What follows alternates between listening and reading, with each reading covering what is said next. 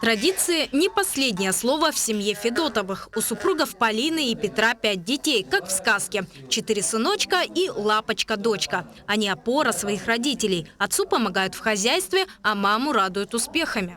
Самое важное – это любовь и принятие, уважение друг к другу, доброта, честность. С ранних лет учим своих детей не только к любви к своим родителям, а также к любви к своим близким. При этом каждый уже выбрал дело себе по душе. Старший сын, к примеру, увлекается точными науками. Те, что помладше, изучают аграрное дело.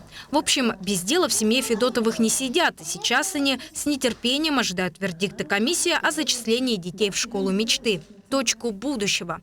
Волнение не скрывает и семья Наволоковых, ведь они тоже подали свои заявки. У Натальи и Анатолия 3 сыновей. Получается, в начале июля придет уже ответ.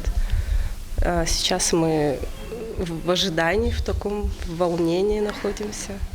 Надеемся, что все дети поступят. Сын у нас отличник учебы. Младший 5 лет Иван. Он учит стихи. Мы с ним записываем видеоролики, снимаем рецепты, любим готовить. И младший сейчас, ему 3 года исполнится, уже тоже начинает стремиться, смотрит на братьев, подражает. Семьи не сомневаются, именно точка будущего поможет их детям реализовать весь потенциал. Но еще бы комплекс будет работать по модели полного дня. До обеда учеба, а после кружки, секции, проектная деятельность и даже выполнение домашнего задания вместе с учителями. Сегодня параллельно с подготовкой к открытию комплекса завершается формирование педагогической команды. Здесь квалификацию специалистов гарантирует большой конкурс. Свои резюме школе отправляют со всех точек страны.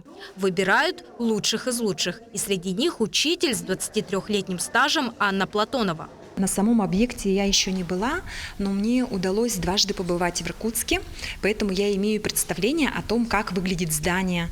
И хочу сказать о том, что сама атмосфера, обстановка, она очень вдохновляет на работу.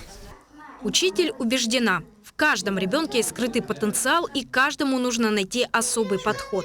И такова основа работы точки будущего. Каждый особенный, все равны.